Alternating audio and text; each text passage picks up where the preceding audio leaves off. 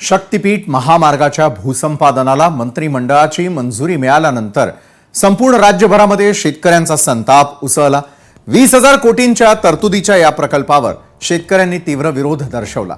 नांदेड आणि हिंगोली जिल्ह्यामधील शेतकऱ्यांनी शासनाच्या आदेशाची होळी केली, तर सांगलीमध्ये महामार्गाची मोजणी थांबवण्यात आलेली आहे। तर तिकडे नांदेडमध्ये बोंब मारो आंदोलन करत शेतकऱ्यांनी आपला रोष व्यक्त केला।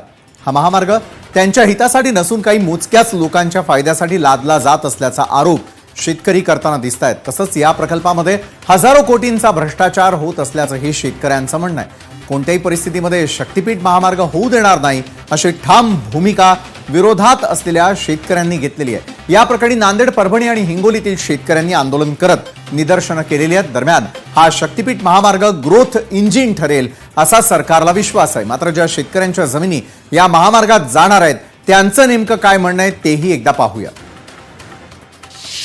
परभणी आणि नांदेड या तिन्ही जिल्ह्याच्या शेतकऱ्यांनी मिळून इथं बोंबले आंदोलन केलेलं आहे आणि त्यांच्या शासनाच्या निर्णयाची होळी सुद्धा केलेली आहे। कुठल्याही प्रकारची मोजणी आम्ही आमच्या शेतावर आजपर्यंत 1.5 वर्षात होत दिली नाही आणि याच्या पुढे होत दिली नाही। आमच्या शरीरामध्ये जोपर्यंत रक्ताचा एक थेंब राहील तोपर्यंत आम्ही शासनाचा कुठलाही अधिकारी आमच्या जमिनीवर येऊन मोजणी करू देणार नाही। आमचं म्हणणं एकच आहे, नागपूर रत्नागिरी हा महामार्ग आहे। या महामार्गाला तुम्ही अधिक रुंद करा आणि या आजचा जो तुमचा प्रस्तावित प्रकल्प आहे तो कायमचा रद्द करा। तो महामार्ग जर कार्यान्वित केला तर हे पुढे सुटू शकेल।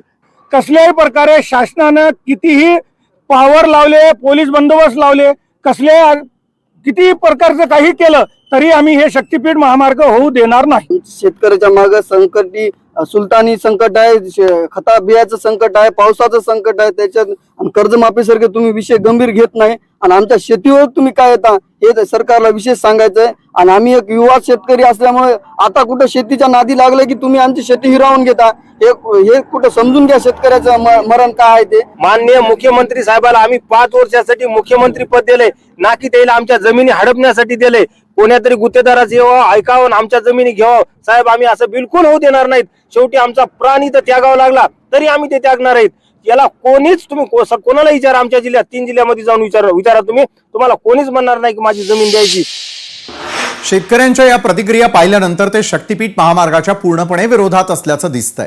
तर सरकार मात्र हा महामार्ग बनवण्यावरती ठाम आहे। त्यामुळे आगामी काळात याच मुद्द्यावरून शेतकरी विरुद्ध सरकार असं चित्र निर्माण होण्याची शक्यता आहे। याच संदर्भात अधिक चर्चा करण्यासाठी आज आपण आमंत्रित केलेलं आहे सांगलीचे खासदार विशाल पाटील, भाजपच्या प्रवक्त्या प्रेरणा होनराव, स्वाभिमानी शेतकरी संघटनेचे राजू शेट्टी आणि शक्तीपीठ विरोधी संघर्ष समितीचे गिरीश फोंडे देखील आपल्या सोबत जोडले गेलेले आहेत।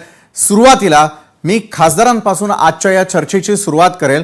खरं तर एका बाजूला जनता आणि जनतेचे प्रश्न मिटवणं हे सरकारचं मूळ काम असताना दुसरीकडे मात्र ज्यावेळेला कॅबिनेटमध्ये या संदर्भातला निर्णय घेण्यात आला त्यावेळेला देखील 2 आमदार नाराज असल्याचं समोर आलेलं होतं। सांगलीचे खासदार म्हणून विशाल पाटील, आपल्याला काय वाटतं की एका बाजूला शेतकऱ्यांचा विरोध आहे आणि सरकार आपल्या भूमिकेवर ठाम आहे? बघा, कुठलाही खासदार किंवा लोकप्रतिनिधी विकासाला विरोध करत नाही आणि हा मोठा प्रकल्प आहे। आपण बोलता 20,000 कोटी म्हटला, पण जवळजवळ 80-90 हजार कोटीचा हा प्रकल्प आहे।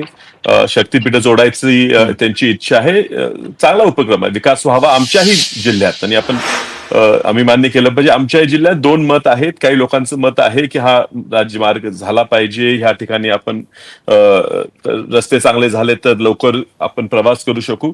मात्र होत असताना शासनाची घाई शेतकऱ्यांच्या जमिनी स्वस्तात लाटण्याची का आहे हे मात्र कळलेलं नाही। जे जाणून बुजून जमिनी ताब्यात घेत असताना ज्या ठिकाणी जमिनीची शासकीय आपण जे रेडी रेट म्हणतो ते कमी आहेत त्या ठिकाणच्या जमिनी घ्यायचा